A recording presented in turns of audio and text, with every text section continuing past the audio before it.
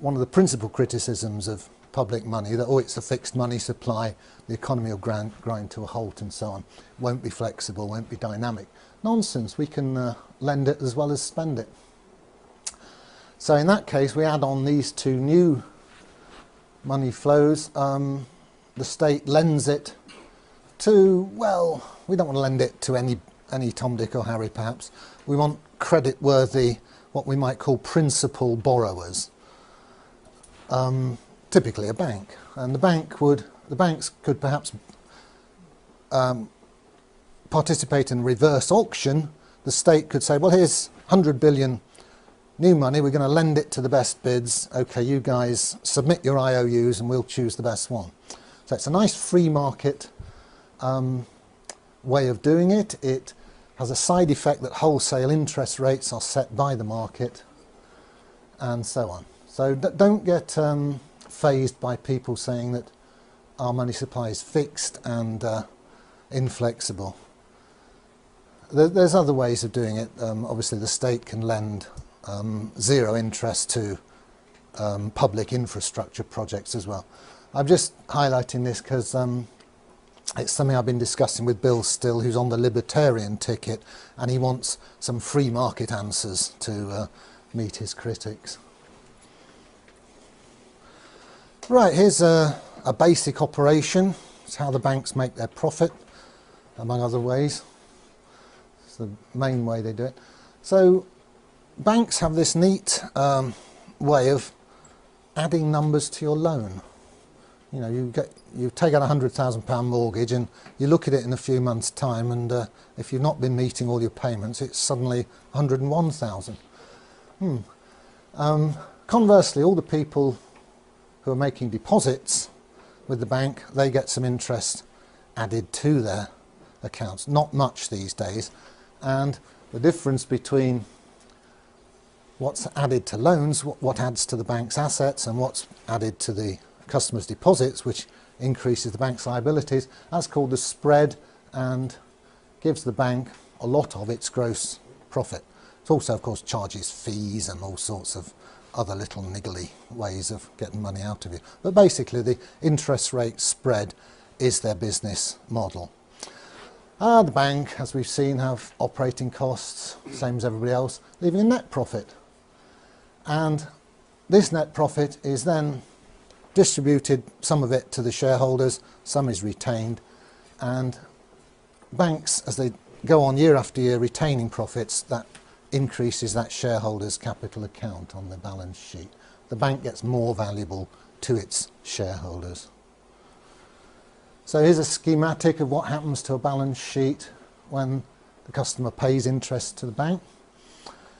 Here's the balance sheet before. Assets, remember that's all the loans and so on. Liabilities, all the customer's deposits.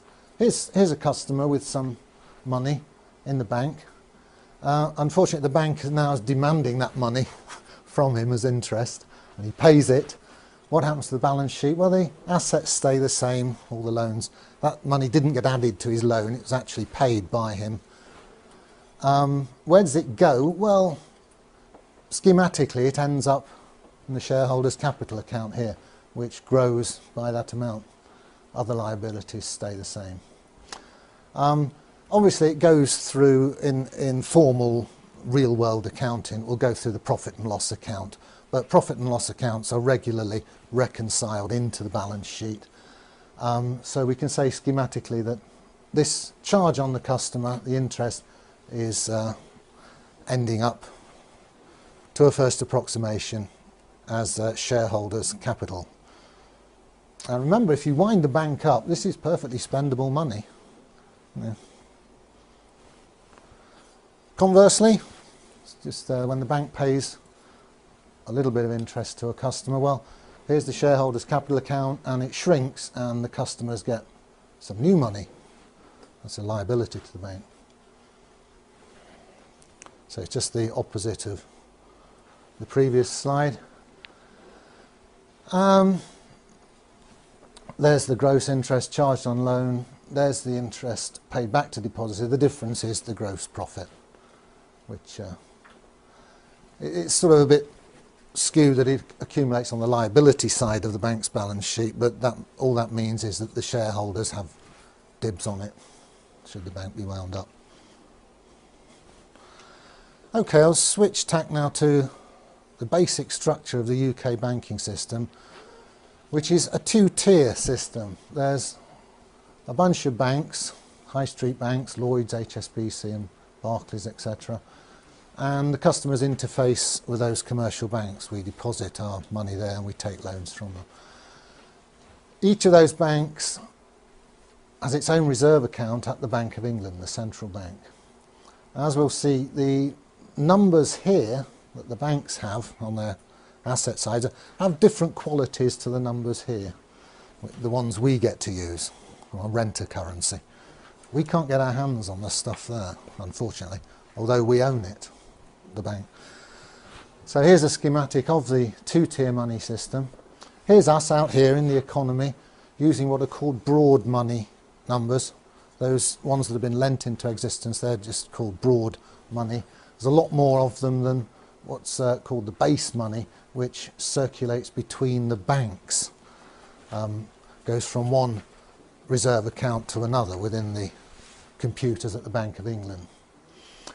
So, interesting points. The causality goes that way. We do all our business, run our economy, and then at the end of each day, behind the scenes, the banks do interbank settlement using these base money numbers. And very interestingly, there's no crossover between, there's no direct crossover between the circulation of these base money numbers between the banks themselves and the circulation of the broad money numbers which you and I get to use. That curtain puts a barrier between them. There are ways, there are conduits between the two.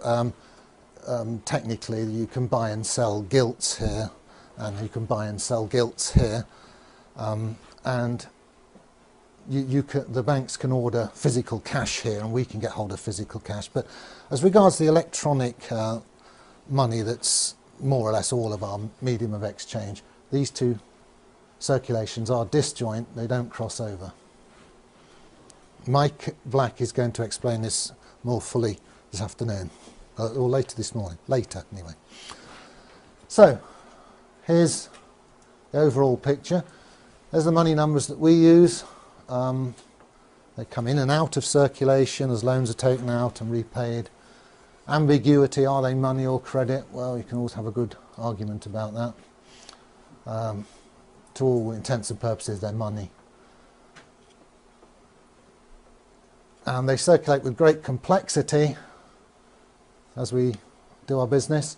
And then basically at the end of each business day, the huge number of money transfers of this sort of broad money is settled by net transfers of this sort of base money.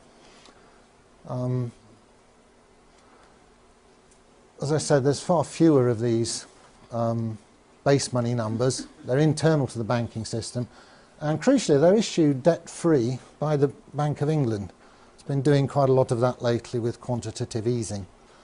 The more money numbers you have in this part of the system, the more easily the banks can settle their differences at the end of each day, because they don't always actually transfer the numbers to each other. Sometimes they have to lend them to each other, and of course then you've got to trust that the bank you're lending to is going to pay you back, and if they look a bit shaky, you're a bit more reluctant to lend to them.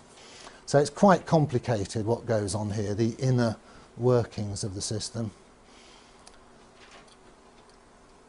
I like to think of it like this. Because of the disconnect between the two circulations, we're almost moving to a system where we the people, the users, get to use these funny money numbers, and the guys running the system are settling up between themselves at the end of each business day using these other numbers. And there's getting to be such a disconnect between them, they might as well be using Smarties to settle up, because their game is to make a very good living by making the rest of us use their funny money numbers. And we gradually, since the Second World War, we've moved incrementally into this, what's now a scam. I think I'll leave it there then and take questions.